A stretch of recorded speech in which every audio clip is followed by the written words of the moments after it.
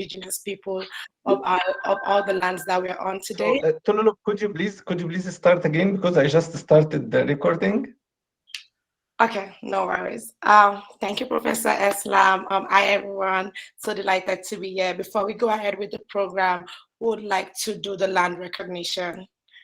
Concordia University of Edmonton comes with respect for this land that we're on today and for the people who have and do reside here. We would like to begin by acknowledging the indigenous people of all the lands that we're on today. While we meet on a virtual platform, we would like to take a moment to acknowledge the importance of the lands which we call our own. We would like to acknowledge that we're on Treaty 6 territory, a traditional meeting ground, gathering place, and traveling route to the Crew, Soto, Blackfoot, Métis, Dene, and Nakota Shui. We acknowledge all the many First Nations, Métis, and Inuit whose footsteps have marked lands for centuries. We do this to reaffirm our commitment and responsibility in improving relationships between nations and to improving our own understanding of local indigenous people and their cultures. Thank you. So now I'd like to pass it over to Dr. Allison, the Dean of Management, to say welcome to our new students. Hello, everyone. Thank you for joining us both in the room and live around the world. Today we are here to celebrate, to learn from each other, and to continue doing so on this amazing platform. As Dean of the Faculty of Management, I am proud of the current students, welcome, but also of our alumni, and we will get to hear of those speaking today, but also of Martin Kratz, who has been an amazing instructor to many students, but also remains connected. And this is important because Concordia University of Edmonton is Canada's preeminent small university.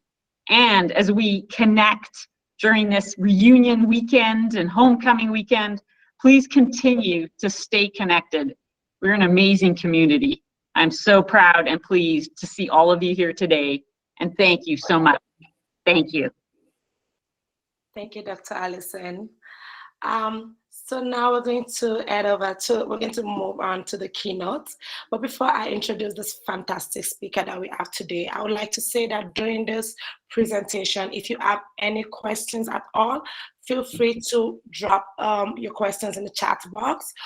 And if you have questions when it's done speaking and you would like to speak up and you're not shy, please feel free to indicate that and say your questions out. But however, if you don't feel like speaking out and you just rather chat, put it in the chat box. I'll be reading the questions out as you have them. Thank you. So now I'll go ahead to introduce the speaker that we have today. And the title is going to be talking to us about today would be responding to ransomware attack, which is a very interesting topic. I'm excited to hear what this is all about. Martin Kratz is an author, a professor, and former senior technology and intellectual property lawyer who led the IP practice and the technology practice groups for Bennett Jones LLP. His practice was focused around IP and technology law, which includes data protection, privacy, cybersecurity, IP transactions, strategic alliances, mergers, acquisitions, and technology transfers, and e-commerce matters. He has been internationally recognized as a leading lawyer. Among other recognition, he has been identified as one of Canada's most creative lawyers by Lexpert Thompson in the US Guide to Canada's 100 Most Creative Lawyers. He received the Founders Award from ISC Square and was a fellow of the Canadian Information Processing Society. He chaired the Legal Education Society of Alberta Conference on Technology and Law in May and June 2021. Mr. Martin has written 19 books, 40 book chapters, and over 450 articles on various topics involving IP technology, law, and cybersecurity. We are all honored and humbled to have you here, sir, and I'll just hand over the mic to you. Thank you. Thank you very much. I'll move to my presentation now.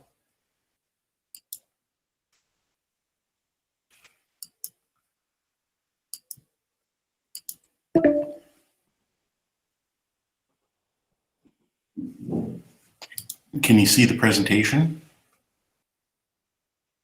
Not at the moment. Can you see it now? No, no, Martin. Okay, No. I'll try again.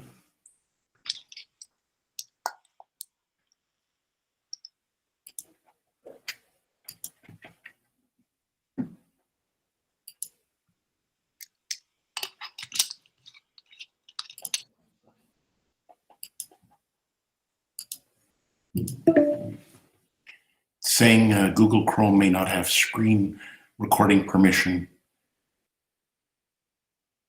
And I have to go to System Preferences.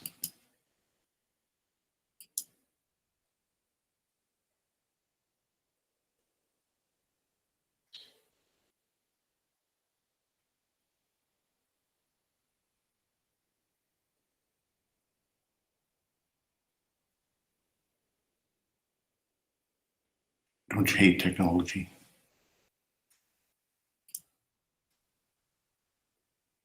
So we'll try this again. If that doesn't work, perhaps you can send it to Eslam Martin, the PowerPoint, and then he can share the screen, and then we could do that as well. Let's do that. Okay, so if you just want to email it, and then Eslam will present, and then you can advance the slides as needed. Sure. Technology, it's all, you know what? No worries, and there's so many people in this room. We could do this, we could do that. All good, so it'll just take a minute. And while Martin is doing that, again, if you are in the Edmonton area, we do have homecoming weekend going on, and it's quite exciting. Please follow us. I'm posting things on Twitter, Q_management, as well as on Instagram, Q_MGMT as well, just so that you get a sense of what's going on for the Concordia 100th anniversary. This is a milestone, and we're so excited to be here at this point in time. That it's just nice to be in the room with people, and to see everyone on screen is amazing as well.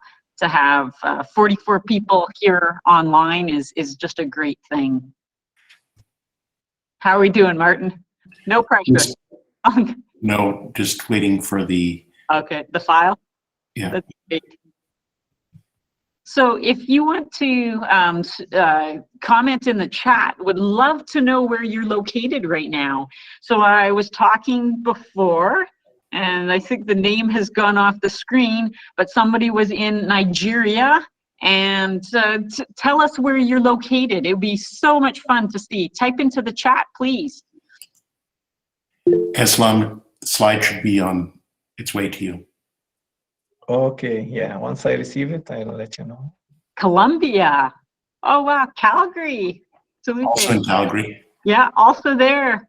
Look at that. It's amazing to see where everyone's coming in from.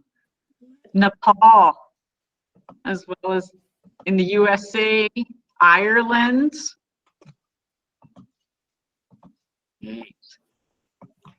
Yes, I got the presentation. Fantastic. Brampton, Ontario. Nice. So we've got a lot of people from all over, as you can see. Fantastic.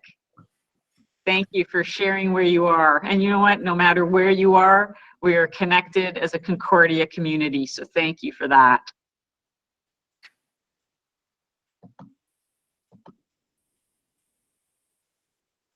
And those of you in Edmonton, please know that we've got things going on at Concordia. Bring a mask and you can come and join. So now Eslam's screen is coming up, and I think we can turn it over to you, Martin, and thank you for everyone's patience. Eslam, can we just launch the presentation? Okay, here we go. So the presentation today is called Responding to a Ransom Attack. If we could advance the slide, please. I'm going to talk today about the fact that we have many sources of data. I'll use as examples two ransom attacks. One is a hack and one is an automated attack. We'll then talk about payment considerations, and I'll ask you to think about what to do in the difficult circumstances that we may find ourselves in a ransom attack. Because many payments are demanded in Bitcoin, we'll spend a little bit of time looking at Bitcoin. And Allison's just asking Eslam if we can delete the little note that's on the screen. I think it's a little distracting. Now, how do you get the ransom back? We'll look at how to do that. And these are subjects that in the course I taught, the students were introduced to. And then we'll look at how to reduce the risk, and we can have any questions at the very end. Next slide, please. We live in an era where large amounts of data and a large degree of interconnectedness drive how our organizations work. We collect, use, and we secure many types of sensitive data. These include our operational records, financial data, including credit and financial data of our customers, banking data, benefit data, financial data of employees, marketing records, the customer lists, past customer lists, sensitive information on customer disputes. Next slide, please. We also develop and use sensitive information for strategic business purposes like business plans, customer prospects, major transactions like a merger or acquisition or financing. This information is also sensitive and can be very valuable. Next slide, please. This data is spread throughout the organization. We have data in our accounting systems and databases, document management systems, marketing databases. We have files on local computers and files on mobile devices. Typically, organizations restrict access to data on a need-to-know basis and seek to provide security for that data. And weighing against that is the need that staff need access for operational work. They'll get access via email, they'll move files around as attachments, they'll directly log into systems. And in a COVID world, in the pandemic where people are working remotely, access is often also available remotely or via mobile devices. And we're moving data around on portable devices like USB drives, laptop computers, and mobile devices. Next slide, please. This ends up with the result that we have valuable data, many points of access, and that data or the systems that drive the data can be targets for ransom attacks. That reminds us of Robert Mueller, director of the FBI's statement. There are only two types of companies, those that have been hacked and those that will be, when he was director. So we're now going to look at some ransom attacks in the news. I start with an old one, which is the University of Calgary, just to introduce you to the idea. We're looking at local organizations only. And in the case of the University of Calgary, it's an Alberta organization. So that's what AB means. The plus means they paid a ransom. And in brackets, I put that it's an educational institution because I'm trying to track some of these things. Also, Save the Children Federation. This is an attack that affected Alberta residents.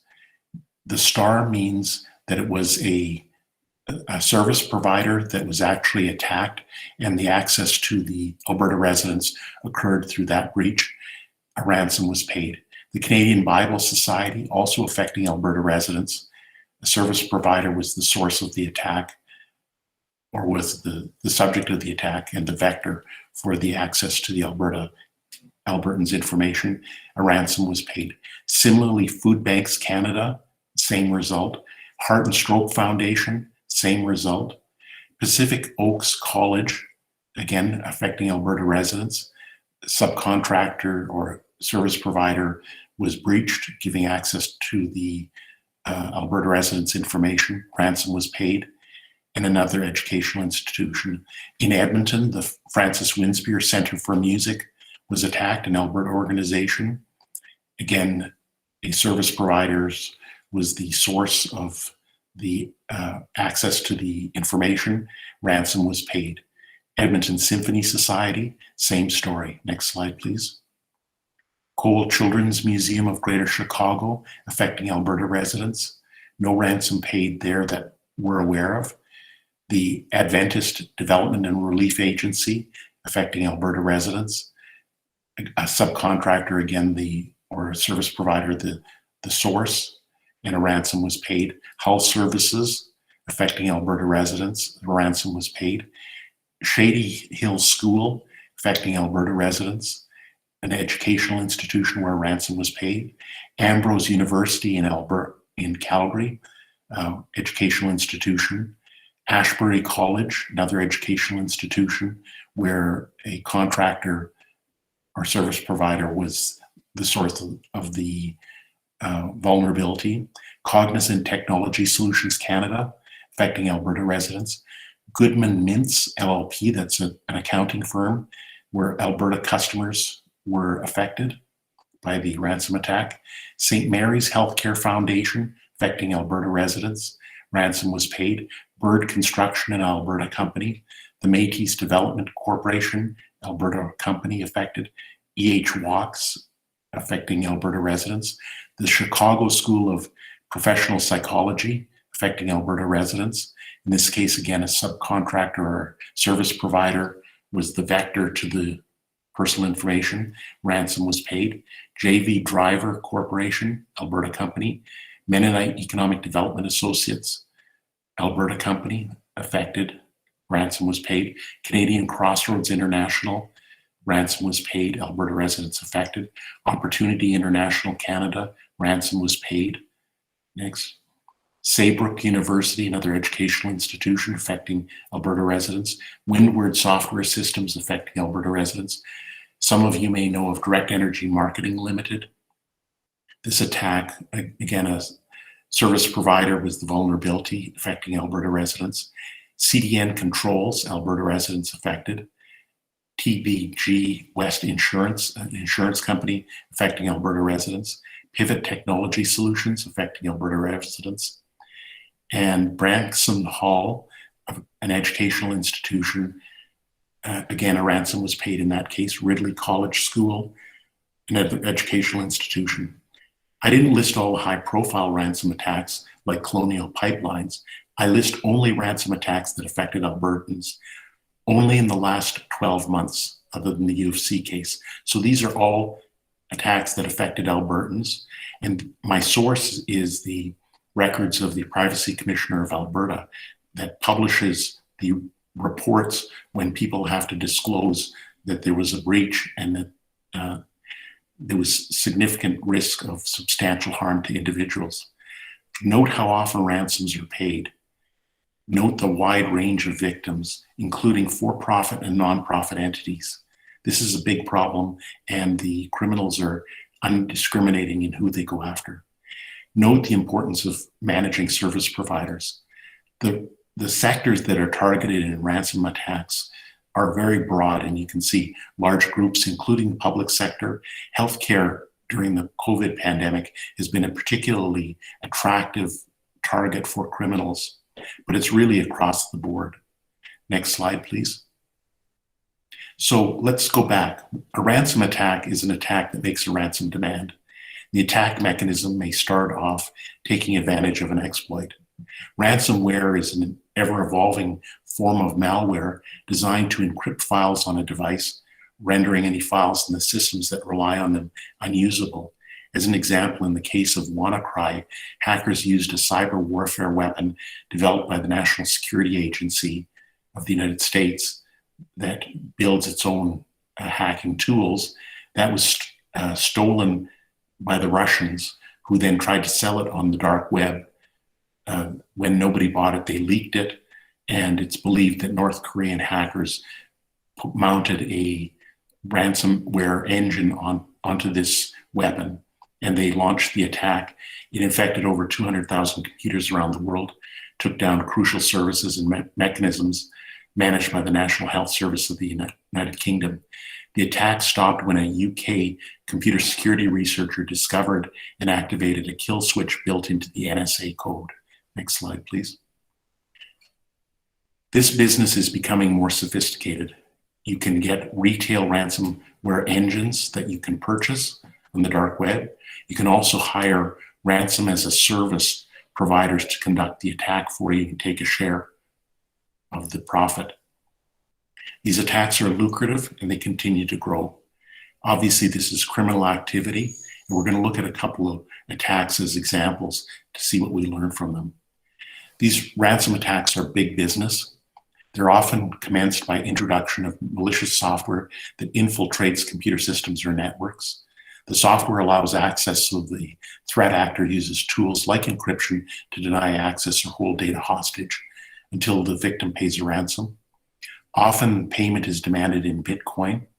There are alternative ransom strategies, and basically the idea is to do something that you don't want them to do to force you to pay. So one strategy is to threaten to disclose private information unless a ransom is paid. Another strategy is to threaten a distributed denial of service attack unless a ransom is paid. Next slide, please. This year, many commentators have observed markedly higher ransom demands from the attackers, a shift from opportunistic attacks to targeted attacks, and an increase in organized cyber criminal syndicates leveraging theft of sensitive information to extort high ransoms from victims. And this is the case where they haven't locked up the system or data, and so your ability to recover from backups is irrelevant because they're using the sensitivity of the information to extract the ransom. So how does the attacker get in? Sadly, ransom attacks don't have to be sophisticated hacks. It's estimated that about 6 in 10 of malware payloads are ransomware. The infecting software is often delivered through various means. An email phishing campaign might be used to gather credentials. Could be an email seeking to have a user click on an executable file, such as a mal-advertising campaign where code is hidden in an online ad. A favorite target is a vulnerability in existing software systems and patches are not up to date. A user visits a malicious website where loading of the site causes the code to load while the site loads, and the direct payment from the attack motivates the criminals. The steps in an attack are usually 5. The first is infection. So we need some mechanism to deliver the system, whether it's by email attachment, phishing email, infected application, or somehow else. The ransomware installs itself on the endpoint in any network devices it can access. Then there's a secure key exchange where the ransomware contacts the command and control server operated by the criminals. They generate the cryptographic keys to be used on the local system. The ransomware then starts to encrypt any files it can find on the local device and network. When the encryption work is done, the ransomware displays instructions for extortion and ransom payment, threatening destruction of data if payment is not made.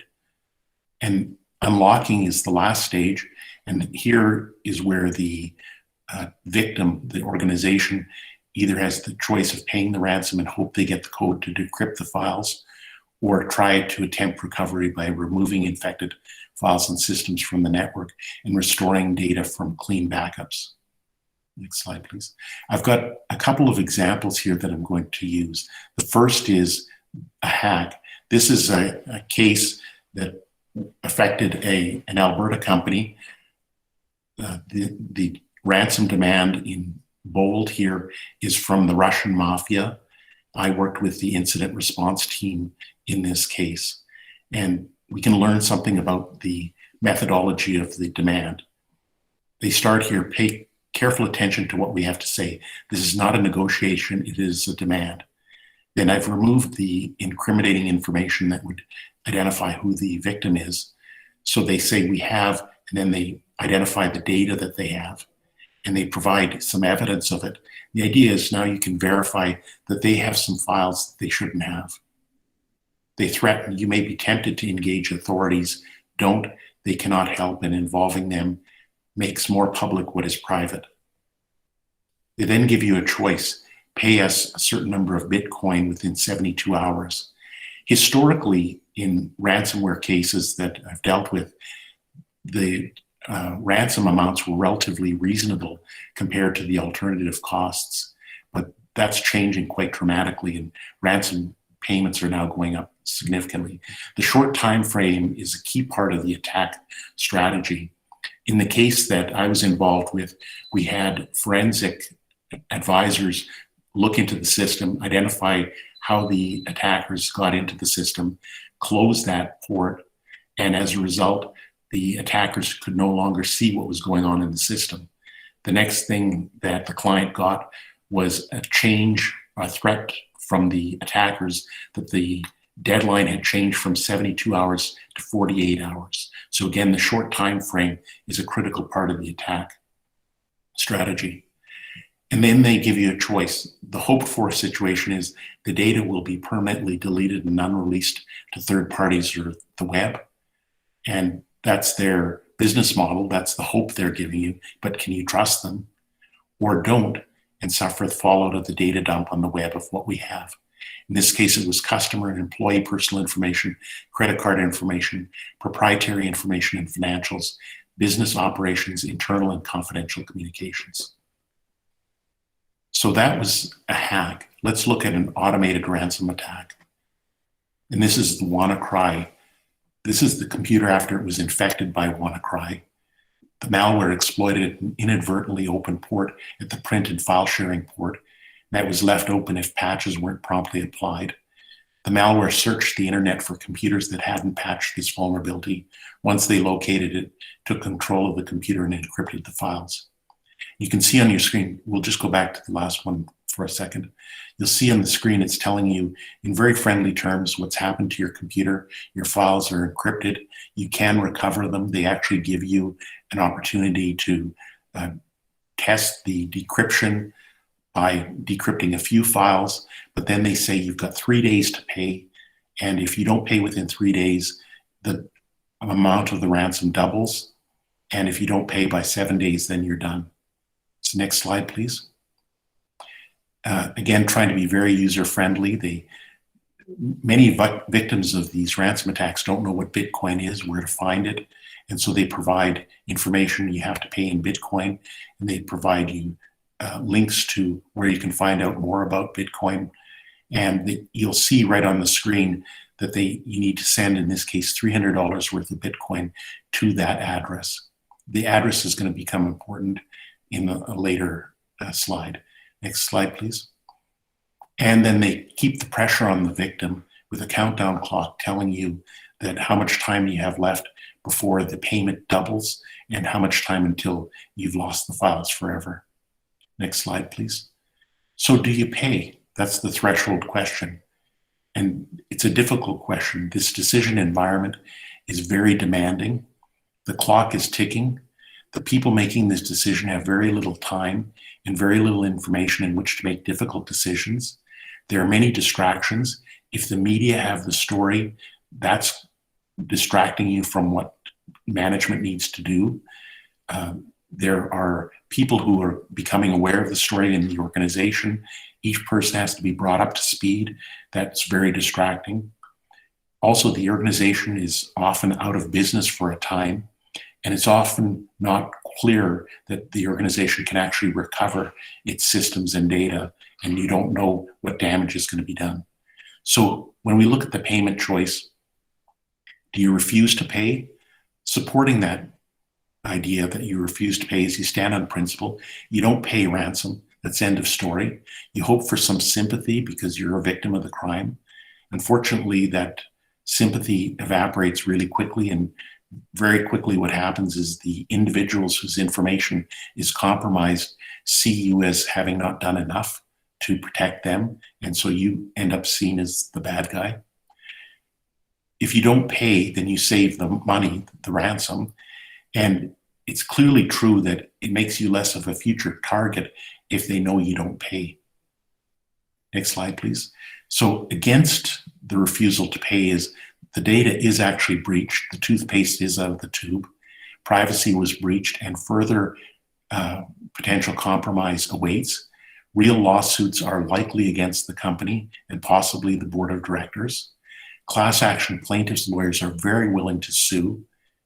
And you also have regulatory compliance obligations depending on who the organization is and who regulates the organization.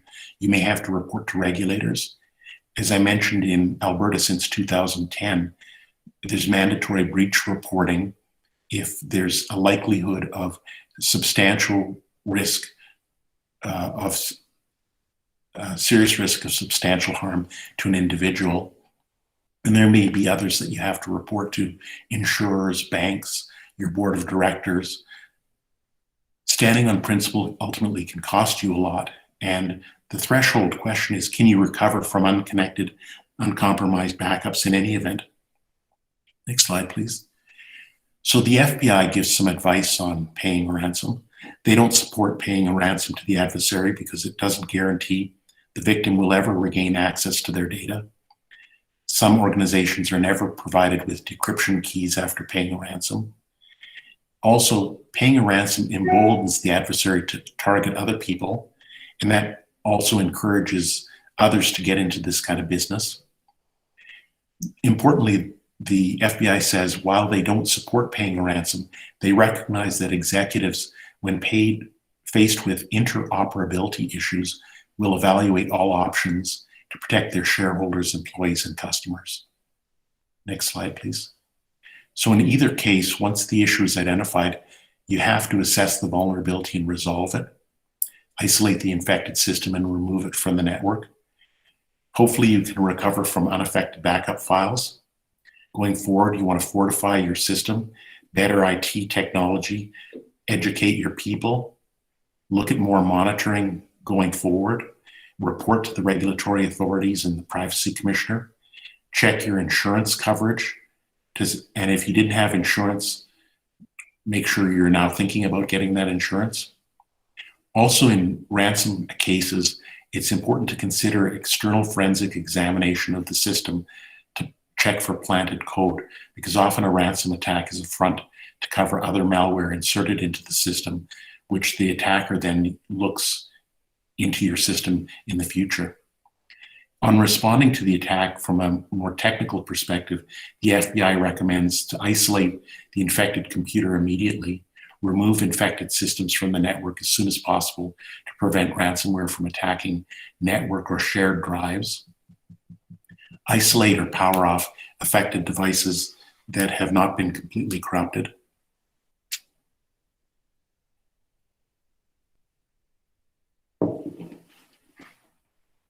immediately secure backup data or systems, taking them offline, and ensure the backups are free of malware.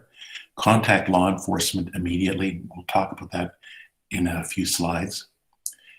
Collect and secure partial portions of the ransom data that might exist if available. Next slide. They also recommend that you change all online account passwords and network passwords after removing the system from the network if possible. Change all system passwords once the malware is removed from the system. Delete registry values and files to stop the program from loading. Implement security incident response and business continuity plans. Conduct a post-incident review of the response to the incident. See how you did. What did you learn from it? What did you do well? What didn't you do so well? What could you have done better? Now, many of these ransoms are demanded in the form of Bitcoin. And so let's take a moment to take a look at the world of Bitcoin.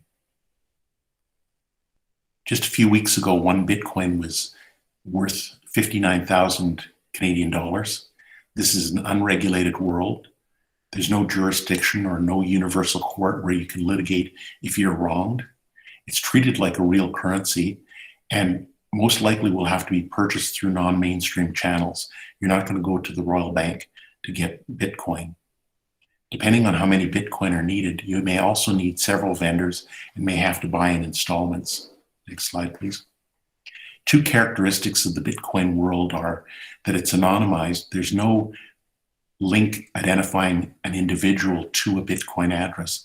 But importantly, the Bitcoin world is not anonymous. There's a link of the Bitcoin address to every payment, and the blockchain provides a public record of every transaction. That's going to be important to you later on. These are the Bitcoin payments that occurred with the WannaCry attack. If we can stay on this slide for a moment, you'll see that the WannaCry device provided three different Bitcoin addresses, A, B, and C. On receiving a payment, the payment was split into roughly equal amounts, with what looks like a small payment going to a fourth account. And that looks like it's either a referral fee, a finder's fee, a commission of some kind. Once the funds were split, then they were separated into two amounts, one which was exited and laundered, about 12.8%, and the final account were about 87.2% of the Bitcoin ended up. When the police and internationally, and particularly the United States authorities, were putting serious pressure on to try to find who was behind this significant disruption, it looks like the fourth account then transfers the payment back to another account, which puts it back into the hands of the attackers. Next slide, please. So to get the Bitcoin, you have to put real funds in, real currency in the form of money order, wire, or certified check. You set up an account and open a wallet, and often a paid agent will do that. You have steps of confirming that the payment is sent to the wallet ID. You then monitor the transfer, see that it's proceeding and a transaction fee is taken. And the third step is the transfer is complete. You may not get an acknowledgement message from the criminals that they've received the payment, and so you may need to follow up with the criminals. Next slide, please. So this is all creates a lot of difficulties, legal difficulties and operational difficulties for the victim company. The counterparty where you get the Bitcoin may fail to deliver them at all or by the required time. And remember, the clock is ticking and it's you're under a lot of time pressure. Importantly, completing the transaction may cause the victim company or the counterpart or both to fail to comply with administrative or regulatory obligations. So FinTrack is part of the global anti-money laundering regulations that are applicable in Canada and in most countries in the world. And that requires you to report any transaction over $10,000. There's a risk that Bitcoins may be fake, and you don't know that at the time of the handoff. And even if you pay the Bitcoin to the criminals, they may disclose the files that they're saying or threatening to disclose, or they may not send you the decryption key and you're still out the Bitcoin. Next slide, please. So let's stop here for a moment. Should the victim pay the ransom? The CEO is asking you guys in the audience now, do we pay? What's your advice? What do you think we should do? Any thoughts? Hey, I think it depends upon the situation. Like if the recovery of the data is more expensive than paying, then we should not pay. That's a really good pragmatic answer. And Alan, your note of saying, explain the pros and cons to him, that's exactly right. The decision maker is in a very difficult spot. But let's go to the next slide and let's look at some surveys to see what, go ahead. Someone add the person's hand up. I'm able Beichi to answer your question. Yeah, I wanted to say that in my own experience, we did not pay. Why we did not pay is because it's more cheaper for us to restore the system, and we had a quite backups for that server, so we did not pay. And most computer security professionals have that attitude that they don't want to pay, and that's if you have good backup policies. It gives you options that you don't have if you don't have good computer security practices in place. So let's look at a survey of people who've been subject to ransom attacks. This survey found that 44 of 125 anonymous Canadian respondents reported having a ransom attack in the previous 12 months. 33 of the respondents, or 3/4, paid the ransoms with costs ranging from $1,000 to $50,000. 1/4, or 25%, 11 of the 44 organizations, targeted had to shut down their business for a time to deal with the attack and devote resources to recover from the attack. Next slide, please. Another study suggested over 50% of the companies paid the ransom. Of the people who paid the ransom, about 70% of the victims received a code or their data back. And what's important for sophisticated criminals is they want to get a reputation that they will actually give you the code or your data back. Otherwise, they'll get a reputation that they don't pay, and then you won't want to pay them. And how do you find out about that? We'll get to that a little bit later on, because you can get some intelligence resources that can help you to determine who your attacker is. Of the remaining 30%, 22% paid the ransom, never got access to their data. And because you now pay a ransom, 10% paid the ransom. Because you pay a ransom, the hackers demanded a second ransom. And of those, some paid the second ransom and generally got access to their data, and some just walked away with nothing, refusing to pay a second ransom. Next slide, please. So can you get your Bitcoin back? Can you respond very quickly? Next slide, please. This is an English case, very recent. AA is the anonymous name of an English insurance company, and persons unknown are the attackers. And in this case, a Canadian insurance company was hacked. The hacker bypassed the firewall and installed the BitPaymer application to encrypt the company's computer system. The hacker sent a ransom demand.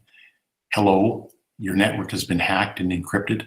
No free decryption software is available on the web. Email us to get the ransom amount. Keep our contacts safe. Disclosure can lead to impossibility of decryption. Please use your company name as the email subject. In this case, the victim was insured by AA for cyber crimes. Next slide, please. On being notified, the English insurance company AA instructed an incident response company to negotiate the provision of the decryption tool, which would allow the customer to reaccess its data and systems. The criminals demanded $1.2 million in Bitcoin. This was negotiated down to $950,000. At the time, this was 109.25 Bitcoin. The insurance company engaged a payment service who sent the Bitcoin to the criminal's address. On being paid, the criminals then sent the decryption tool, and it took the customer 5 days to decrypt 20 servers and 10 days to decrypt 1,000 desktop computers. So even having paid the amount, we'll just go back to the last slide for a second. Even having paid the ransom, there's still other operational costs that are incurred in cleaning the system. Next slide, please. The insurance company continued to investigate and track the Bitcoin. Some Bitcoin had been converted to cash, but 96 Bitcoin were linked to a Bitcoin exchange. These exchanges are subject to Know Your Client rules, which is an anti-money laundering requirement. On identifying the exchange, AA went promptly to court on an ex parte basis and sought a proprietary injunction. Ex parte means that they don't notify the other side. They didn't notify the exchange, because then if they notify the exchange, then it's likely that the Bitcoin will be gone. The claim was that the Bitcoin are held by the exchange as a constructive trust for AA, and they sought a restitution order. The court granted the proprietary injunction. That means it declared that the Bitcoin was the property of the insurance company. They granted a freezing order, which required the exchange not to move the Bitcoin, and they granted an order requiring the exchange to give information so the location of assets and where monies have been moved would be obtained. Next slide, please. So cyber currencies are very easy to move, but they are traceable using the blockchain, and the unique public nature of Bitcoin transactions on the blockchain makes the involvement of advisors with specialized expertise at an early stage very important. Next slide, please. So if you can move fast, there are three things that you might want to seek. One is a worldwide freezing order, or we call it a Mariva injunction, named after the case where this order was first given. And that prevents further transfers of the funds. So you lock them in place, you freeze them. A Norwich Pharmacal order, again, named after the case, this can require either an ISP or, in this case, the Bitcoin exchange to disclose the account holder's identity to you. And you can get an injunction, the courts say, where property is obtained by fraud, equity imposes a constructive trust on the fraudulent recipient, and the property is recoverable and traceable in equity. Next slide, please. So another example, the Colonial Pipeline ransom attack. They paid $4.4 million in Bitcoin ransom. By acting quickly, the US Department of Justice seized about 2.3 million of the Bitcoin that had been paid as a ransom to individuals in the dark side criminal hacking group.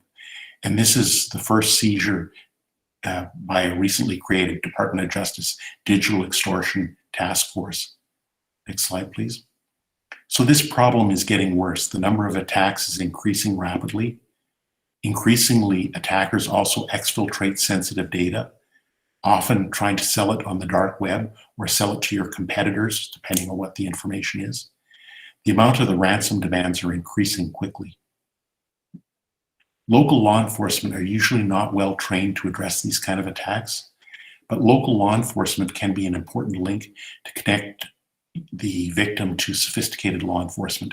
In Canada, that's CSIS, or also Homeland Security in the United States. And they track, we'll just go back to that slide for a moment.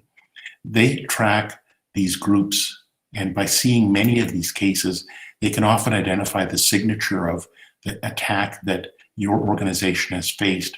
And so they can often tell you who the attackers are, not individual names, but that this is a Russian mafia group that they're familiar with. And in my case, we were aware that they do provide the or respond to the ransom payment in the way that they promise. Next slide, please. So what can you do to reduce the risk of these kinds of attacks? You can train your staff not to click on unexpected links in spam messages or unverified links on websites. Train them not to share personal information when answering emails, unsolicited phone calls, text messages, or instant messages, just setting you up for phishing attacks. Keep all your systems and software up to date with relevant patches as promptly as possible. Understand, Sai, you have a question. Can we just do the questions at the very end? I'm very close to that. So I'll get your question at the end. Understand your data and safeguard sensitive and valuable data. Scan messages for malware with reputable software. Next slide, please. Use firewalls and endpoint protection. Use multi-factor authentication. Prepare and practice an incident response plan. Only download from trusted websites. Get adequate cyber insurance coverage. Keep backups of important data frequently and store them separately. Test the backups frequently. Use VPN when using public Wi-Fi. Don't use unfamiliar USB devices. And just generally avoid sharing your personal information. Next slide, please. Organizations need help with the training and help creating and implementing the policies and practices necessary to reduce the risk of both ransomware and other kinds of cyber attacks. So we need more computer security professionals, a lot more. They're part of our best chance to reduce the risk of these attacks. Next slide, please. ISC Squared is the world's largest certification authority for computer security professionals. They did a workforce study in 2019. They identified a strong need for additional computer security professionals. Next slide, please. They identify a gap. The US, they see needs about 500,000 professionals. Canada, about 60,000. Worldwide, they identify that about 4 million computer security professionals, additional to what already exists, are needed. Next slide, please. This year, the Communication Security Establishment, or CSE, CSE is the counterpart to the National Security Agency in the United States and a participant in the Five Eyes program. So they're responsible for Canada's signal intelligence. They created a guide to encourage students to enter into cybersecurity careers. As part of that, they identified colleges and universities with cybersecurity programs in Canada. Next slide, please. They identify Concordia University of Edmonton and Year 2 graduate diploma programs and Year 2 master's programs as credible programs that they encourage students to pursue for computer security careers. So Concordia are part of the solution to this problem by helping to create professionals that can respond to that demand. And that concludes my presentation. So I'm happy to take any questions. And I see Sai has raised a hand. Questions? Maybe we can stop presenting. Any questions or discussion? Right. Raise your hand. Do you want to say your question first? Sure. Because we're recording, if you can ask your question, Sai Tata, I think is first.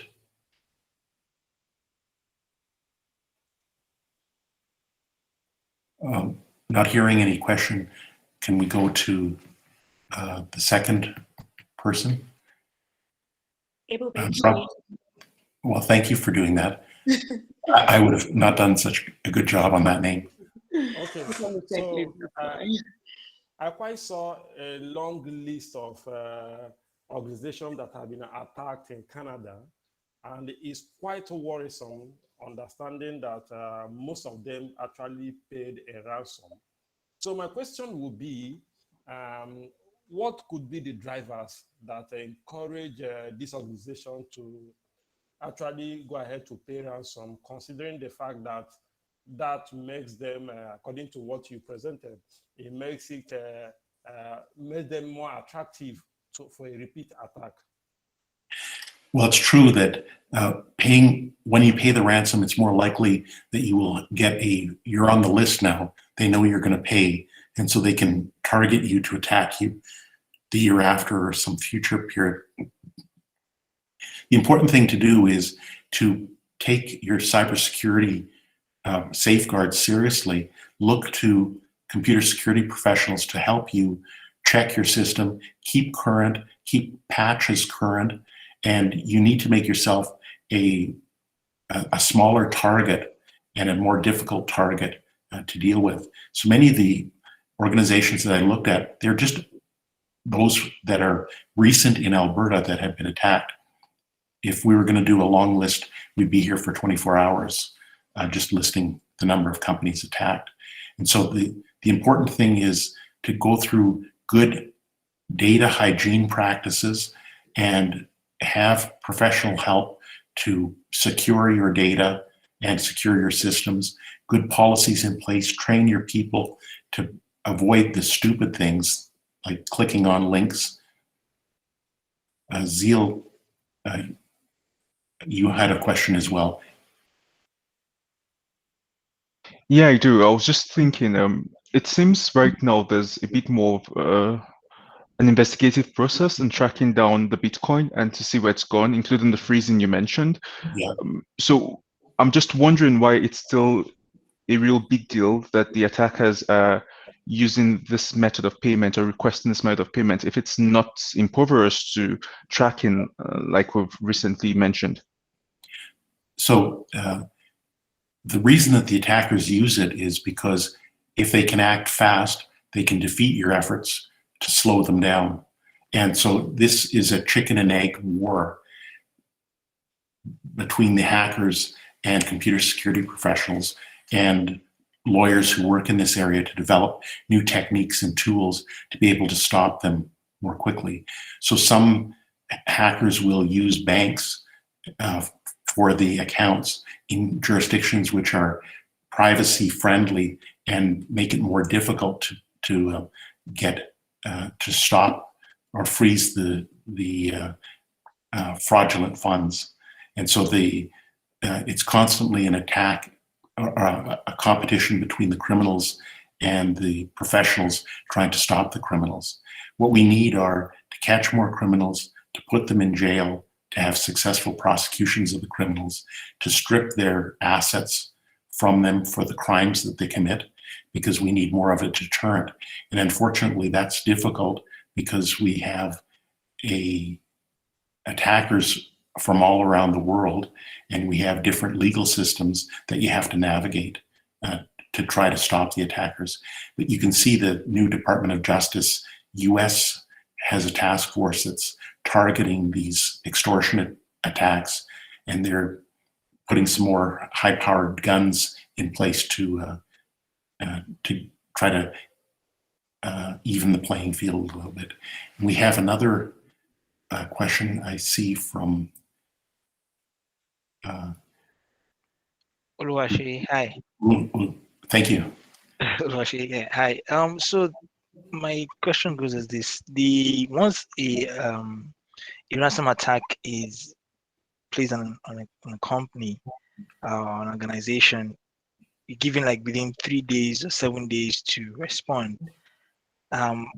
During your presentation, you mentioned the proprietary injunction that happened during one for a particular organization. So my question is, what's the time frame for the Department of Justice or the court system to provide the proprietary injunction to prevent the movement of funds from being paid as a ransom to the attackers?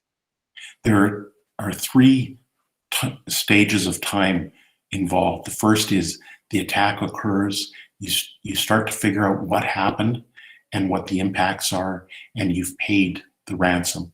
And that's going to take usually a couple of days. Then the lawyers have to know what they're doing, prepare documents in support of these motions that I talked about. And I gave you the cited case. So if you're ever in one of these cases, you can show that to lawyers you're dealing with, and it can give them a starting point to track down what happened in that case. So that may take a day or two to put together those materials. You can often get on an emergency basis in front of a judge within a day or 2 days for an emergency motion like this. And because it's ex parte, that is, you're not giving notice to the other sides, you go in very quickly and you can get these types of court orders very quickly.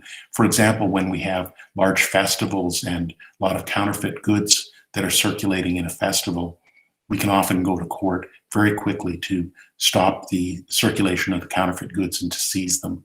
So it's the same kind of idea here. So you can act very quickly and use the legal system effectively. You can see in both cases, the criminals started to liquidate some of the ransom funds. And so by the time the loss caught up with them, some of the funds had been dissipated. And I note that we have a panel that's starting now. And I apologize. I know we could do many more questions, but I want to respect the panel that should have their full hour now. And I thank everybody for their interesting questions, and hope that this was useful for you. Thank you so much, Mr. Martin. Fantastic presentation. And thanks to everyone for their questions, and apologies to Sai and Alan for not able to address a question at this point in time. So we'll move ahead to the panel discussion. A panel discussion on the need for security professionals in businesses and governments. Our panelists will share their experience about the latest technology and research trends in information security and what the students need to learn and acquire to be successful in finding employment. So the way this panel discussion has been structured is we have a couple of questions that we've drawn up for the panelists. So we'll go through Parul, Mohammad, and Zeal, and then we'll change the order from time to time just to make it interesting. When we're done asking the questions that we've come up with, we'll then throw it to the audience, so to the students, to ask the question. Similar to how we had the question session now, you can either raise up your hand and speak if you want to speak. However, if you do not want to speak, please feel free to type your questions in the chat box, and I'll be more than happy to read them out. We would love to hear your questions, so please hit us with your questions. I would now hand it over to the panelists to introduce themselves. I will start with Mohammad.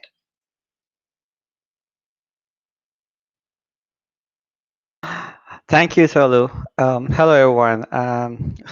It's been a while, Tolu, since we were in the class together. Good to see you guys here. I'm so happy to be here and part of this gathering. I'm really thrilled, and I'm so happy that I'm here. So, well, I started with a quick background of myself, and you know, I did my computer software engineering back in Iran, and I've been working in a data center as a Linux administrator. Then I moved to security side in the same data center when the department got opened. In 2014, I moved to Canada, and after my immigration, I started working in Alberta Health Services as a computer technician. And then, fortunately, after working 1 year, I got familiar with Concordia, University of Edmonton. That one of the best things that happened to me. And I got familiar with the MISM program. I applied, I got admission in winter 2016, and then I graduated in winter 2018. And my thesis is about single packet authorization in a multi-layer security architecture, and it was published in Symposium of Communication in Toronto.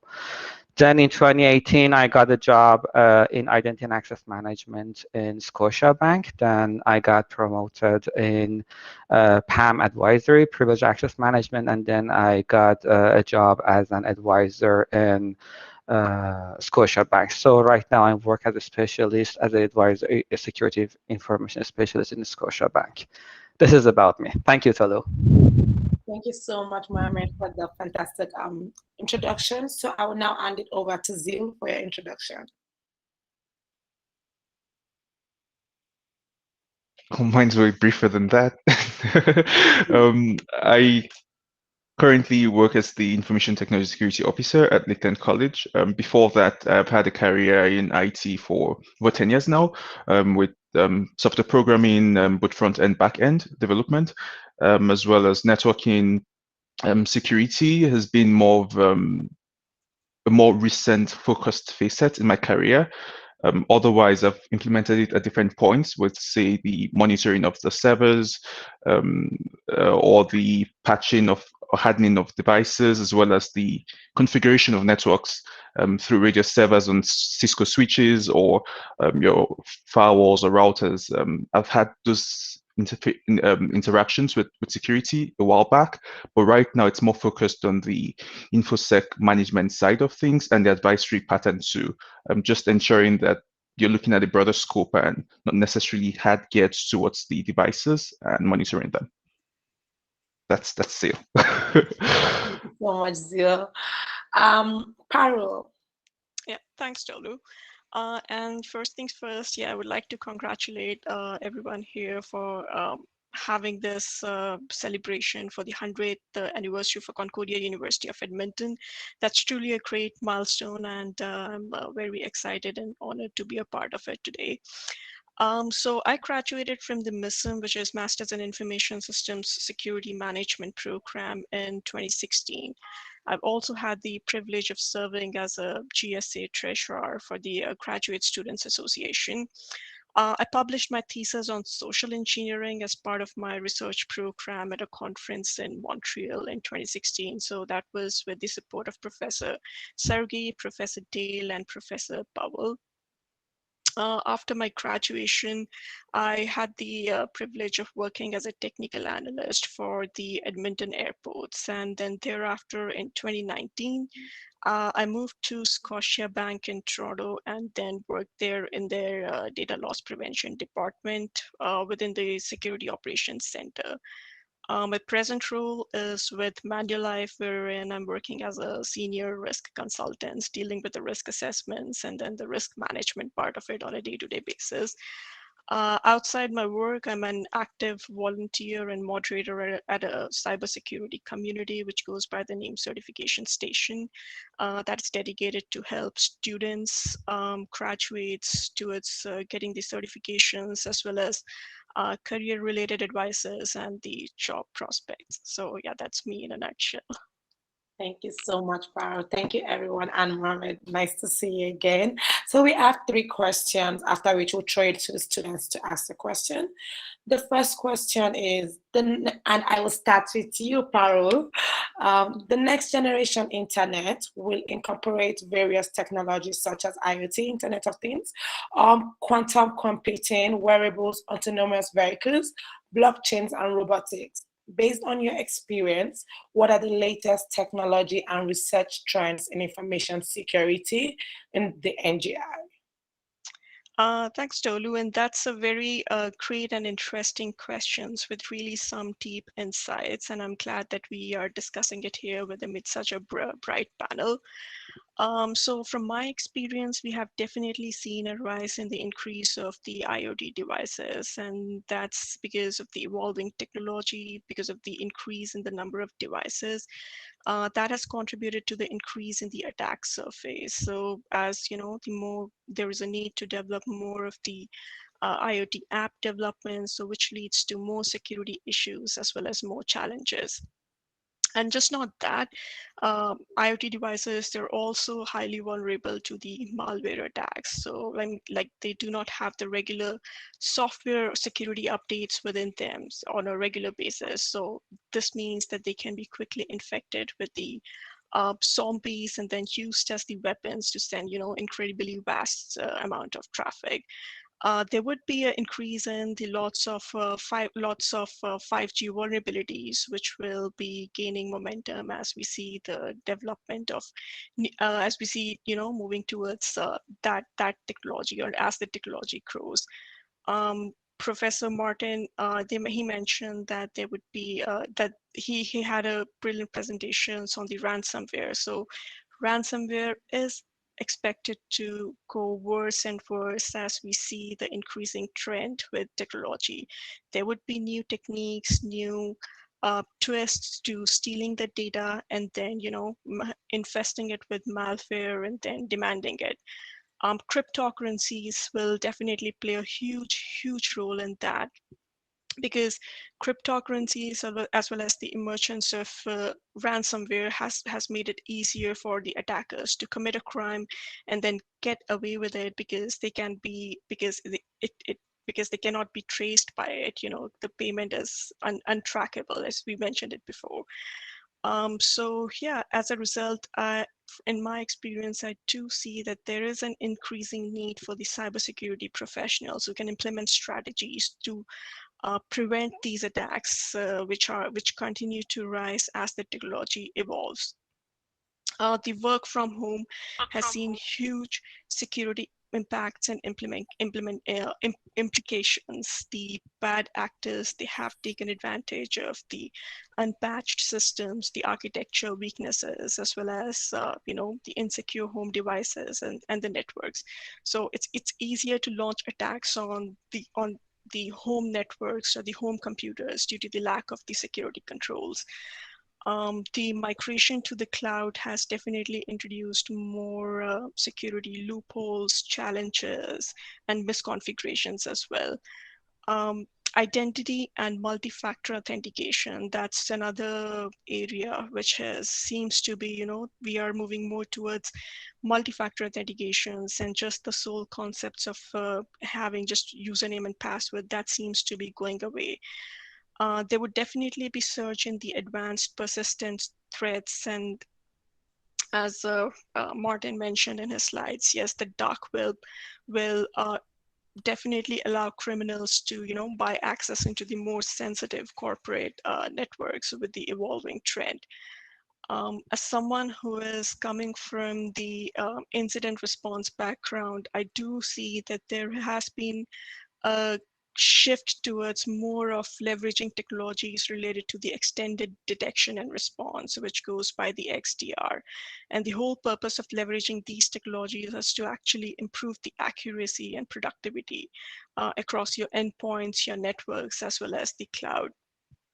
Artificial intelligence and machine learning, yes, they will continue to automate and augment the human decision-making process, helping in the broad set of the use cases related to security.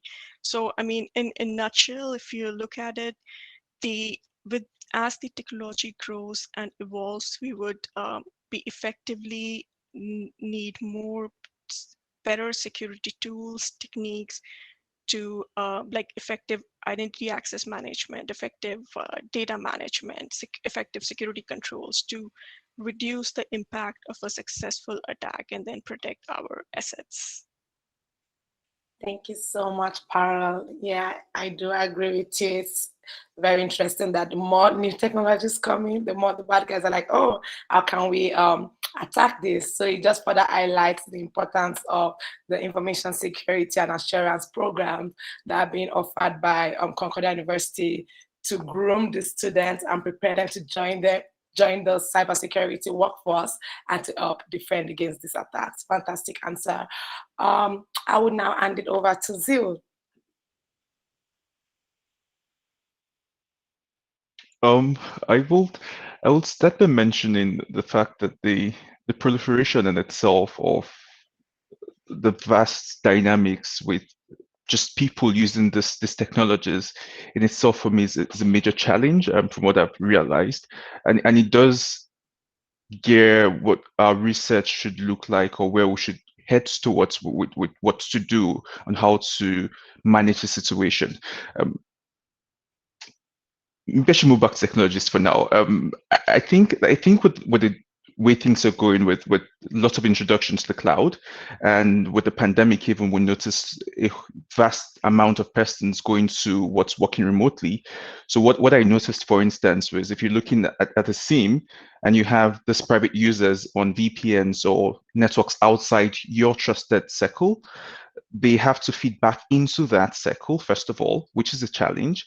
Then when they do, how do you give them access, but still prevent them from getting access to their less secure network at home? Past that point, there is the very basic challenge with the VPNs they choose to use. So some are a bit savvy and then they pick VPNs up for themselves on their work pieces or their private house setups, and you have your SIEMs telling you they're logging in from a location different from where you think they will be logging in from just because of the bounce off the VPNs. So it's becoming more and more robust a situation.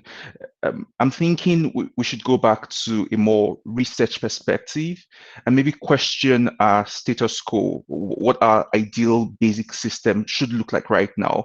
Because all we've been doing all along is we've been trying to keep up to pace with what's going on and adding layers and layers and layers as we progress. But right now, what if it's time to overhaul what our basic is, first of all, and then reorchestrate that to suit the trends? Because yes, the systems are very, very amazing. Talk about AI, for instance. I'm not sure till now of a complete trust system with implementing AI or machine learning in terms of saving a SIEM, for starters, because what they do is they learn, and there are lots of biases with the data we even have already. So when I have a bias to my data, the AI learns that bias. How does it fix it when something out of the usual shows up? Or the anomaly-based ones that go from this is standard to this is strange. How do they differentiate standard from strange when our data to start with is biased? Okay, you get a whole lot of data, huge pile of it, big data. What do you do with that? You have to fine tune that. So in all the cases, I've noticed that we have a part to still play in orchestrating exactly how our infrastructure is set up. And with the cloud, it's beautiful, yes, but there is this divide, plus the sad reality of the vendors calling things different names. Cisco calls the DNA architecture. Azure calls it something else, meaning the same thing. Sometimes they use a robust name to refer to just a small aspect of the infrastructure. And that's what sometimes the organizations go for. They think they're getting a value for a particular thing, but strongly just a difference. A very good example recently was Zero Trust.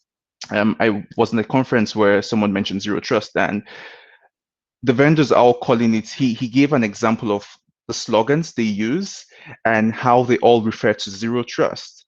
But in the real sense, when you look at it, it's maybe just one of them who is actually giving you a Zero Trust infrastructure.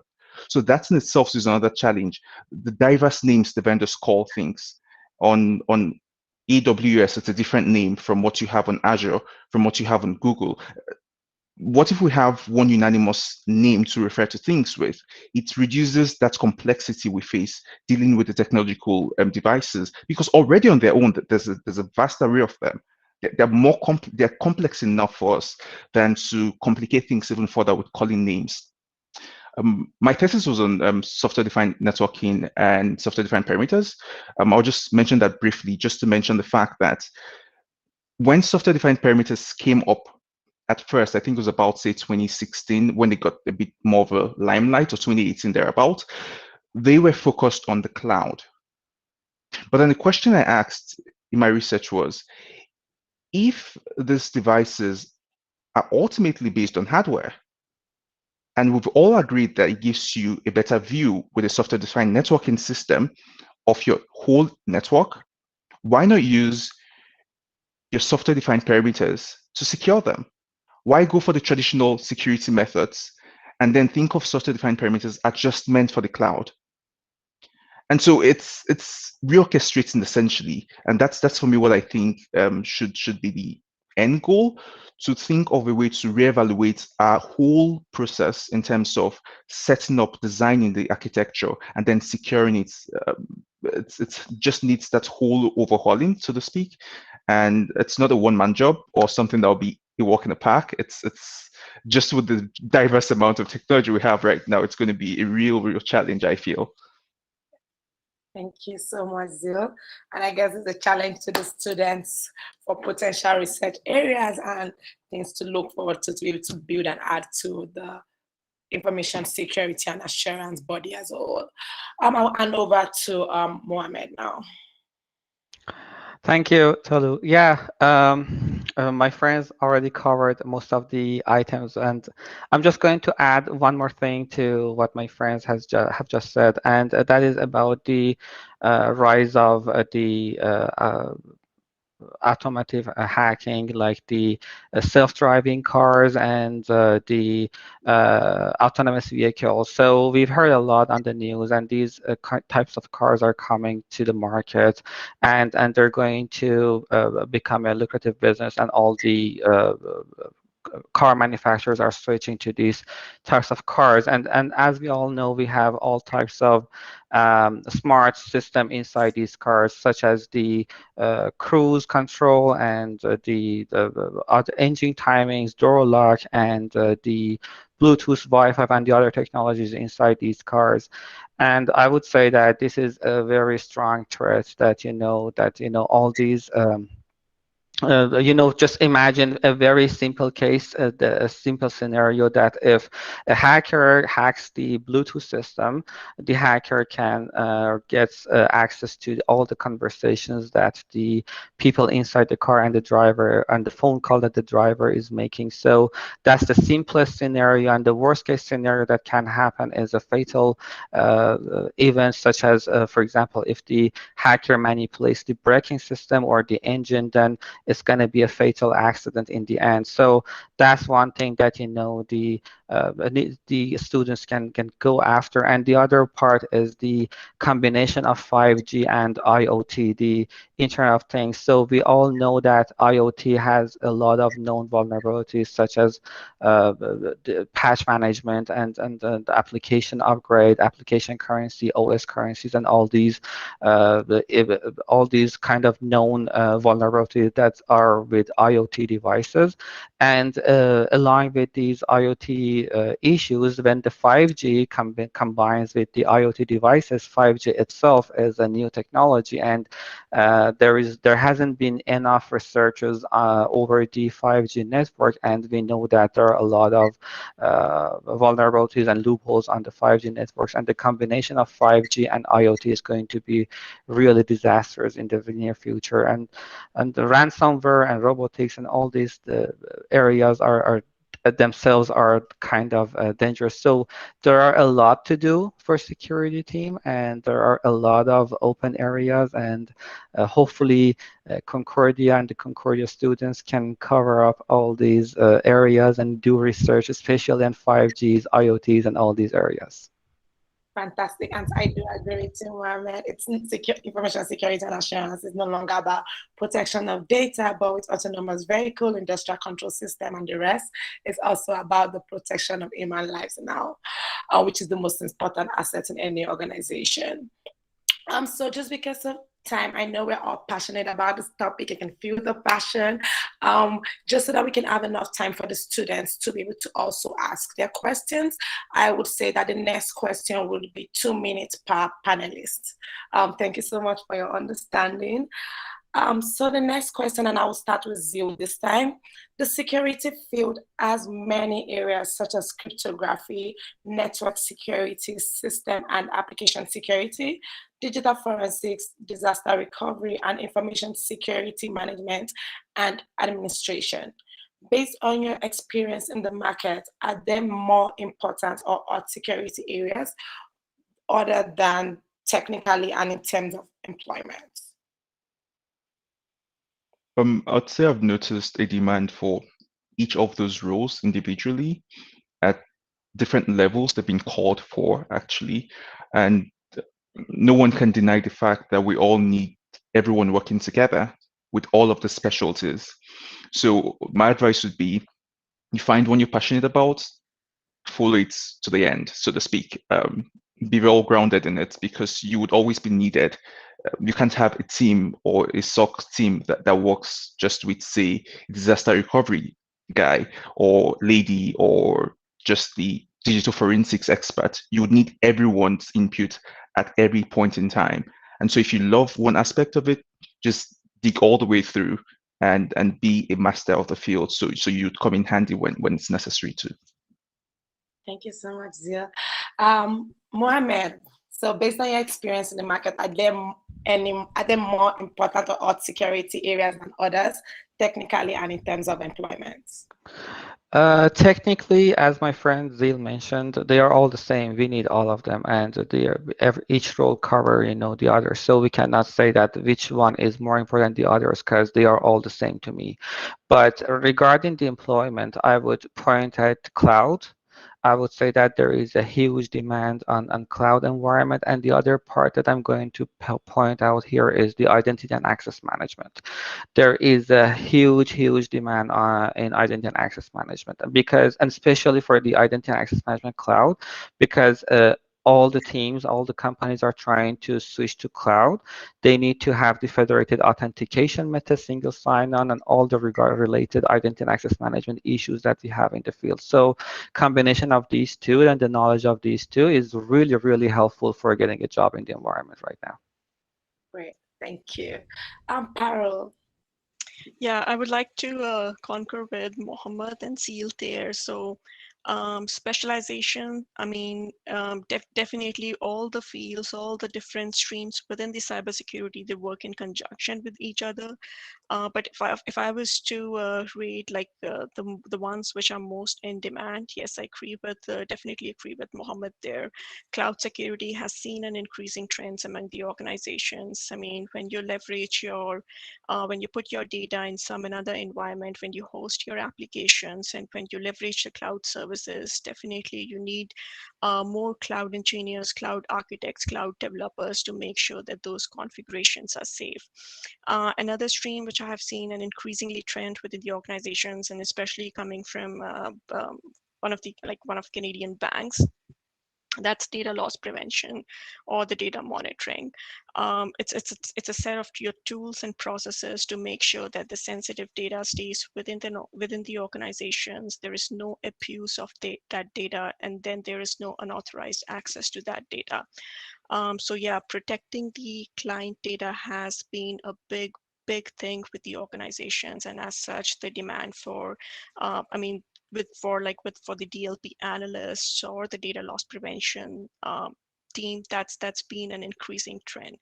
I would also like to emphasize the importance of risk assessments or a risk management, or like a risk advice over here. So as being someone who is directly engaged in that kind of role in a day-to-day job duty, I would say risk assessments are huge. The demand for risk advisors is huge, because technically, think of it like this way: every initiative, every software that you leverage, every vendor that you onboard, like in terms of a new product or any initiative that you take, that has to go through a risk assessment, even if it's as simple as migrating your on-prem data to the cloud environment. So that's a very interesting field to be in. Like if you are a person who definitely enjoys going into the nitty-gritty of initiative, like seeing it from the different perspectives, which is not just managing the risk, but in terms of, hey, what is the PCP or the DR plan? Has the team thought about the network security controls? Has the team thought about the operational security controls, vulnerability management, in terms of the data flow diagrams or the architecture diagrams? So then risk management is the area for you. And it's a very great field to be in. Can't stress the importance, like especially if you enjoy dealing with different parties, dealing with the different departments, and then going into the nitty-gritty of the things. One more thing that I have seen an increasing trend with is your incident management.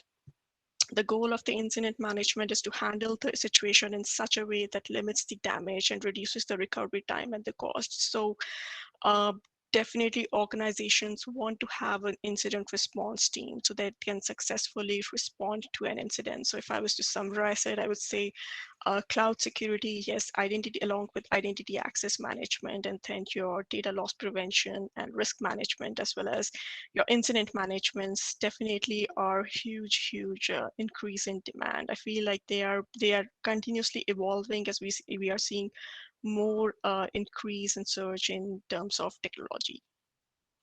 Thank you so much. Great answers, everyone. I definitely agree with each and every one of you. So the last question before we turn it over to the students.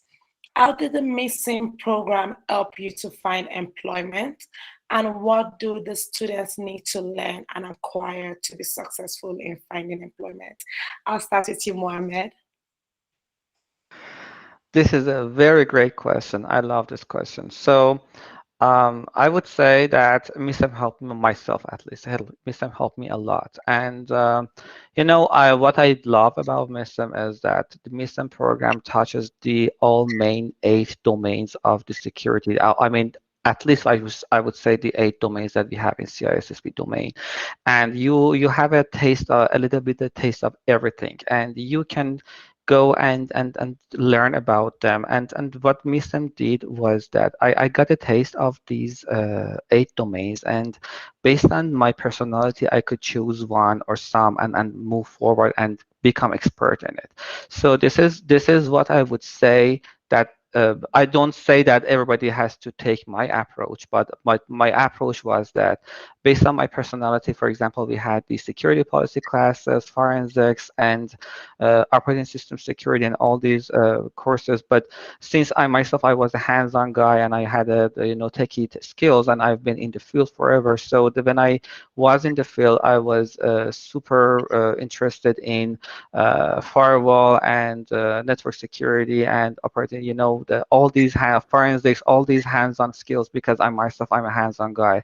So that's what happened, to me. And based on the personality, everybody can choose and go on and carry on and pursue their area of the interest. And based on the courses that very wisely designed, and the courses and the subjects that the professors teach in Concordia, I would say that, it helped me a lot because it helped me to choose the area that I'm interested in. I pursue my desired, my ambition, and I could gain what at least I liked. So this is how I go for it. All right, great. Thank you so much, Mohammad. I'll hand it over now to Parul. Thanks, Tolu. So yes, again, I agree with Mohammed there. MISM course to me had really had a huge contribution in setting a strong foundation in terms of the knowledge, in terms of, the building fundamentals that's essentially needed to step into a cybersecurity job or to, get knowledge about that. The best thing about it was the practical labs and the diversity of the courses. So ranging from the governance, risk compliance to your BCPDR, and then some of the courses really going into the technical weeds, such as your network security, your firewalls, as mentioned by Mohammed. That really helps to get to strengthen your concepts and get the basics right. I definitely feel that the course content is up to date as with the latest, what's required to step into an industry. Plus, there is support from the faculty 24/7, and the best part of the program is the research. So you clearly have the option. The course provides you an opportunity actually to deep dive into an area which you like, which interests you the most, and then prove your proficiency and expertise in that area. And if you really have done a good job, then you also have the privilege of publishing it into a conference, which I guess most of the alumni, they did that. The courses such as as far as I remember, the network security courses, your cryptography courses, digital forensics, incident management. I mean, all these courses, and just concurring here with the previous response, that the demand for cybersecurity professionals having these skill sets is definitely huge in the market. So yes, these courses definitely help you get the insights needed. And then coming to the soft skill, MISM program also helped me develop my soft skills in terms of presentation, interacting with people, learning to work within a team in terms of meeting the deadlines, that teamwork. Because essentially when you land into a cybersecurity job, your soft skills also are taken into the account. So I'm glad and very fortunate to be part of the MISM program, because that truly helped me get my fundamentals right, build a strong foundation, as well as work on my soft skills from day one itself. And this is what exactly you need when you actually hit that interview spot and when you are, about to land your cybersecurity job. Great, thank you so much. And last but not the least, Zeal. I'd say, first of all, I love the approach both Mohammed and Parul took to this technical aspects to the soft skill aspect. It's really nice to look at it that way holistically, actually. I would speak particularly towards what needs to be learned or acquired to be successful in finding employment. Courses like organizational behavior, management accounting, they are not very technical. They don't sound technical at all. But the truth is, I found them to be really handy in the field still. You might know so much in your head as to all the technical things you need to do, but if you don't communicate that right to even just your manager or the director or the board, it's not going to be sold. No one would agree to it. Or even just the customers you deal with, your colleagues in the office, or the people you have, if you're say in the higher education sector, the students who would need to turn on MFA for them. If they don't like the way you present it to them, or if they don't see reasons in it with it, no matter how good the technology is, you constantly find yourself as being thrown to the background, as IT being thrown to the background. But the truth is, I feel we're past that point where IT is an enabler or just an add-on to the business. It's actually a bulk of the business these days, because everything is hinged on IT nowadays. So it's best we get to appreciate that and start working more with the business than segregate ourselves or create this divide, which has always been a thing. It's IT and the business. It should be more in sync. So I would say, do not throw away your organizational behavior classes. They would come in real handy. Do not throw away to your management accounting, because that's the only thing management understands: return on investment and figures to things. They don't understand what your firewall's benefit would be to the network until you tell them what their return on investments would be. So those are very, very key too. And this is a bit sad for me, but I've realized, despite the fact that the missing program touches all of your domains on the CISSP, without that certification, people don't seem to, or the market doesn't seem to recognize your skill set. And that's something I would say needs to be built to. So as important as your learning is with your academic work, do the best you can to bulk up on your certifications. I didn't catch on to that strain soon enough. I'm still catching on right now, actually, because I would study most of the CBKs, and just for the knowledge base, I loved the knowledge to them, but didn't write certifications. And I'm still struggling to go past that because you see them all the time in requirements for jobs. So if you don't have those, I'd say as much as you spend time with your schoolwork, spend time getting certifications too. It's unfortunate, but it's just the way the market works. Even a Security Plus exam, Counter Security Plus exam, is more valued than your master's degree in information security. So from what the market seems to think, they want to see that just to credit, to certify to themselves that, okay, yeah, he actually knows what he's saying. So yeah, I'd say work on those two, definitely.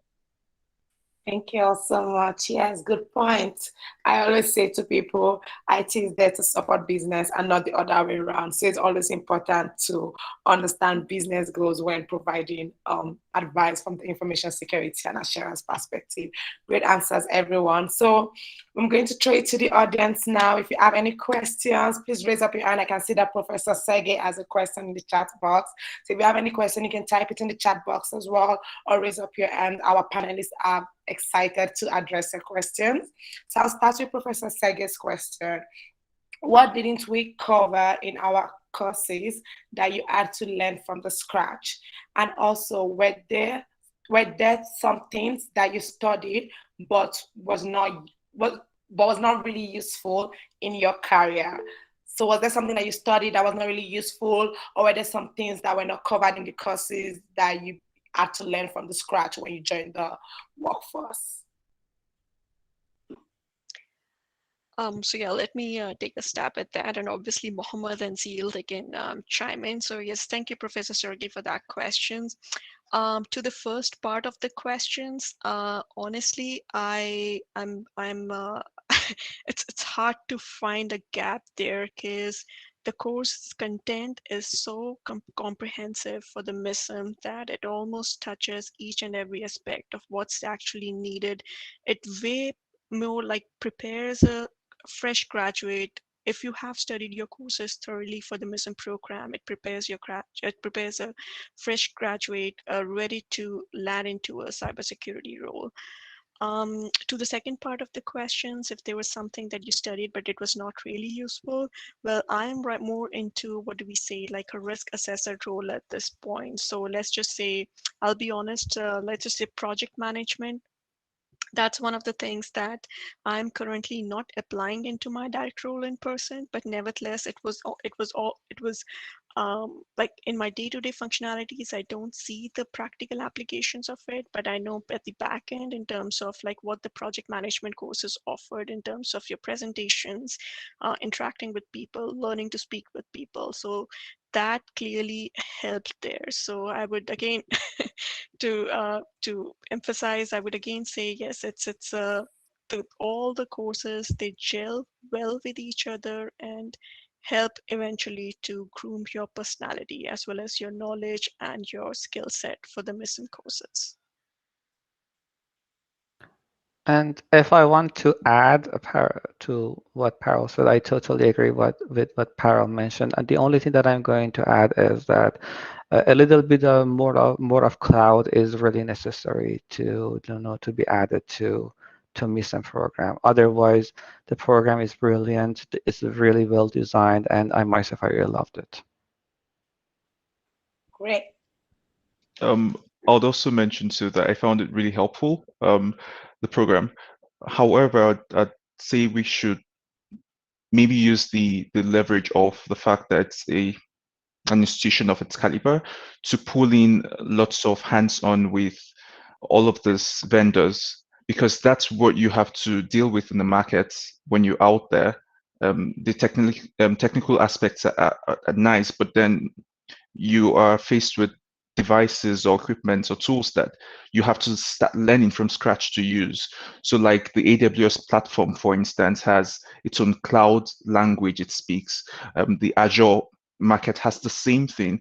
And then talking about SIEMs, there's one on Azure Sentinel, which looks different from what you see on Splunk, looks different from what you see on Elastic, with the EKL, I think it's called system. And I think it's nice if you get some data analysis in, just maybe foundational data analysis concepts to it, because you deal with the way the technology is going right now with AI coming into, say, even SIEMs and its records. You need data analytics skills to interface with the information you see. And that's essentially what your SIEM does. It pulls in all this data together. So getting through them and picking out what you would classify as high, medium, or low risk comes in with data analytics skills. In most cases, I've noticed what the companies do is they invite others with that skill set to fine tune the systems, and then have the security experts go back to start reading from the data they provided and say, okay, this is what to do, this is what not to do. But how nice it would be if you already have that skill set to do at least the basic fine tuning you would need to do on your own. Great, thank you.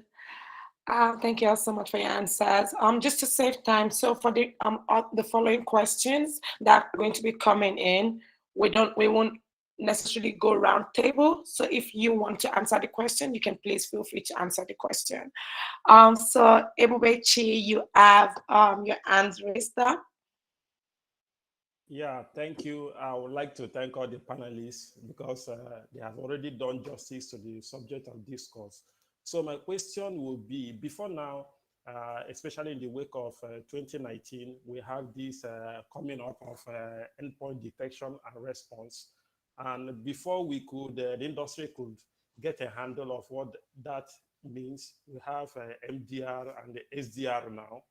And we also realize that we have a SIM, and all of them seems to have a similarity or doing something different or almost the same thing with your MDR, taking telemetry from your endpoint, your email, and from other sources of data, which is where the SIM has its own strongholds. So in where do we see all these technologies maturing or converging in the near future? Thank you so much for your question. We would like to give it a shot to answer. I could take a step at that one.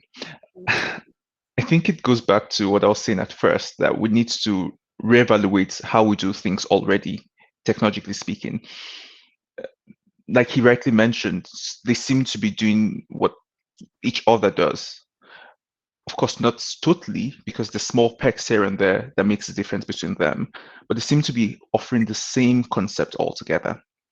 And what I've realized is, as good as a SIM might seem to be, you need someone to filter through the data. Hence why Azure, for instance, is coming up with this whole term of orchestration, automation, response, which is the SAW thing that they've been speaking about from the white papers. That brings in AI, that brings in data analytics skills, back to fine-tuning what you have on your SIEM. So yes, they're converging, but we'll still always need people to interface with them. And I think it's just a market stunt from these vendors. They call something nice, make you want to get it, and you go after it thinking it's the new thing and the best thing, but might not really be answering your question. So I'd say, first of all, we need to answer the question as to what exactly needs to be done. Secondly, what needs to be involved in getting that thing done? Because no matter how good your SIEM pulls data, you can't utilize that data if you're not sure what you want to use data for. It becomes useless or just a bulk of information you have in front of you. So yes, they are similar but different. I'd say pick out the one you think answers your question of your why best at the time, and be sure to utilize your resources, humans now at that point, to go through this information and use it in bettering your business. Great, thank you so much, Zeal. Yeah. Does anyone else want? Sure. Yeah, I would just like to add in there. So great insights.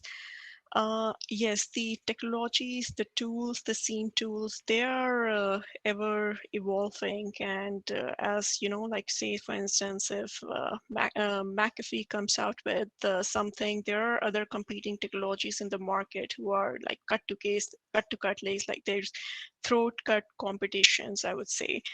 So a lot of it depends on your business requirements in terms of like how, on what scale it needs to be implemented, the number of users that you wanting to support, and your risk culture of your organizations. If you are okay to take risk, or if you have a zero tolerance towards your risk.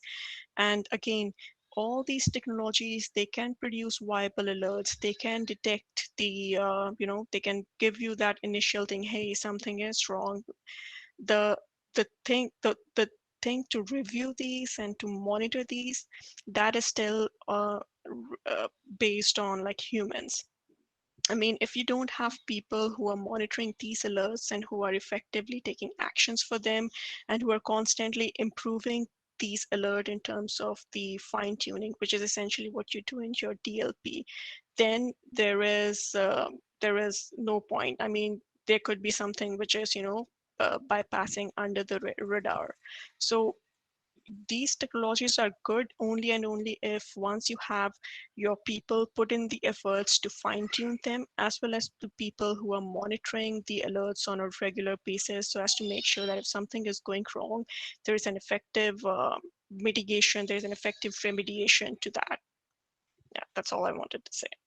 Great, thank you so much for that addition, Parul. Kalawale has a question. Are there major technical challenges panelists encountered in their respective roles, and how did they overcome or resolve it, leveraging on support base from Concordia University of Edmonton? Okay. Yeah, thanks, Kolabo. I hope I pronounced your name correctly. I'll take a stab at that question. In terms of, so I'll start with me. I started off started off with a risk assessor role this January. And in terms of the technical challenges, the first challenge was to itself understand the initiative or the nitty-gritty of the whole project. I would say at that point, there were a good number of terms that I had to Google on my own, or that I had to ask from the developers, because it's impossible to, at first go, it's impossible to know everything at the first stance. So how do you overcome this is not be hesitant to ask the questions. I mean, just be open to ask the questions. Don't be hesitant on that. Like even if it's a stupid or if it's a dumb questions, just ask it, because once you know it, the chances are that the next time, yes, you will just get it right. Continue to sharpen your skills and continue to learn each and every day. There is so much to learn from everything, and not just from books, not just from certifications, but from people as well. So take into account that. And I mean, I do come across risk assessments, and I have no clue, like, hey, what's happening there? Is what's the new piece of technology that they are leveraging? So I clearly go back in the evening and then read up the whole thing. There are research papers, there are white papers to assist you with that. So that's how eventually you evolve into like any of the role. It's more of a continuous learning process, and at the same time, you shouldn't be shy to ask the questions. You should be willing to do your homework, ask the questions, seek support, and then that's the way you actually learn and evolve. Thank you so And much. I'll just add to that real briefly too, that the community is really nice at helping out. Your colleagues you were in class with, others before you, if you reach out to them and ask very direct questions, technically speaking, I found that to be helpful with the support base too. So just supporting what Parul said, connect with them. You have the phone numbers, emails, connect with them as much as you can.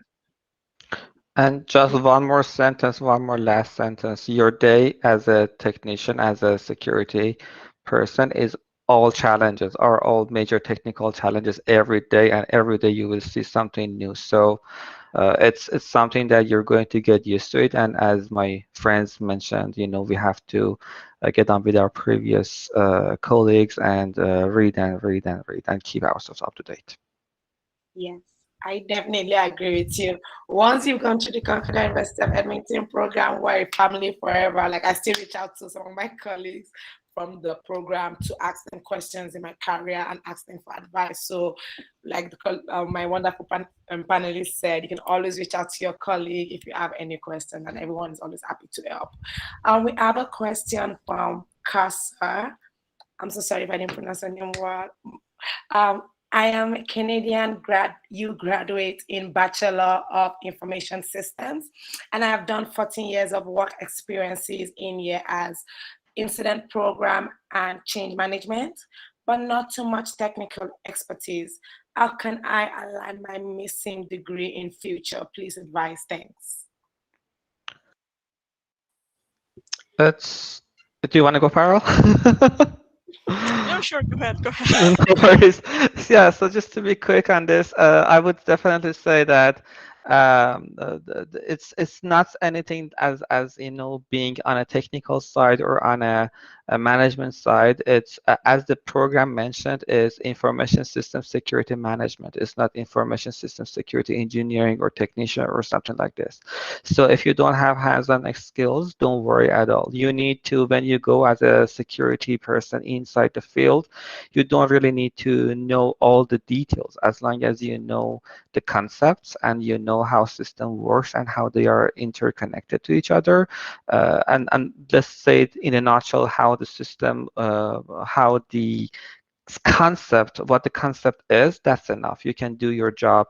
You can go to security policy. You can become an advisor somewhere in many different fields. You don't have to have very detailed hands-on skills. You can go and work in different environments, as I said, such as project management in security fields, such as security policy, and many other fields that are available to many security team who are not really hands-on. Great. Thank you so much. And welcome, Kosa. Professor Islam said you're one of the new students. Congrats on joining the program. So we have 4 minutes left. Does anyone have any last minute question before we close for the day? Okay, so one last question and then we'll have to close, please. Ebu Bechi. Yes, I would like to ask a question to Parul, because it seems like she has a very good handle on risk management. Please, part of one of the things we do is communicating to the C-suite, especially when you have an incident happen. They tend to listen to us at that point in time. But just few minutes after the incident has resolved, getting their attention becomes a problem. How do we ensure that we keep them, keep their attention on us?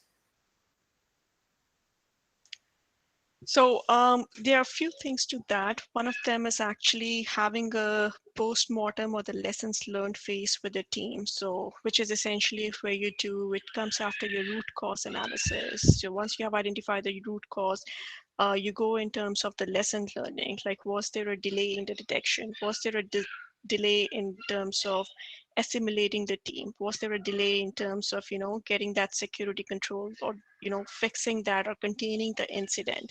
So that is essential. And in terms of, and especially if you're dealing with high priority incidents, yes, lessons learned and post-mortem phase is definitely one of good things to be documented. It's highly recommended. Even in fact, in the NIST framework for the incident response management lifecycle, there is the last phase as your lessons learned. So that is one of the things. And it's important to, communication is actually the key if you are dealing with an incident. All relevant stakeholders, all IT parties in terms of, and if it's a huge impact, your leadership team needs to be aware of that.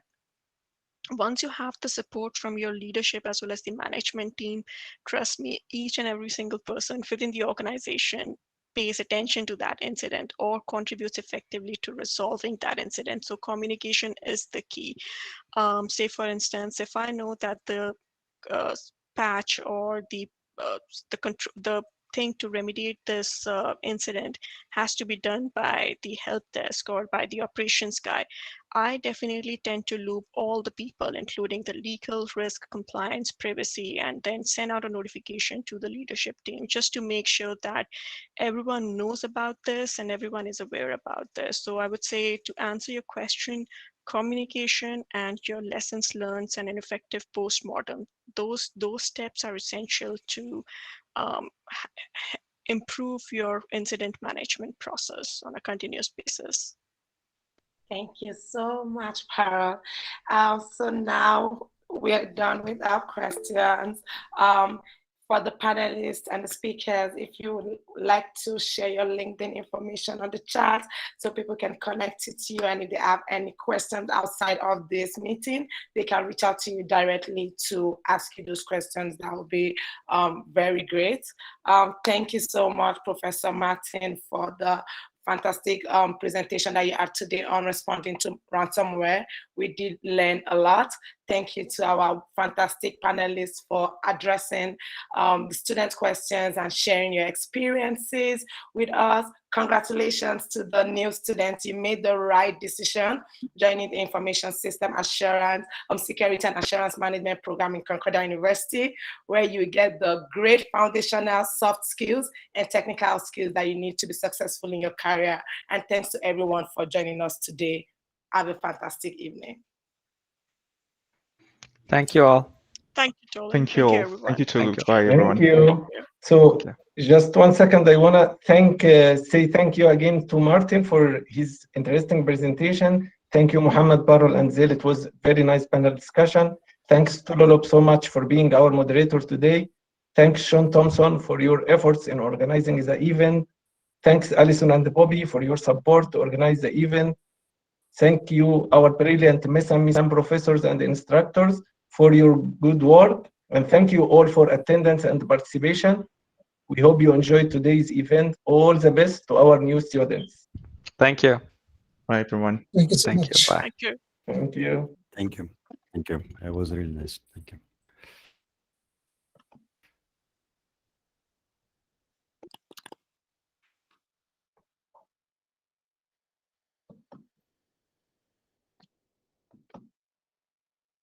Aslam, you can hit stop recording.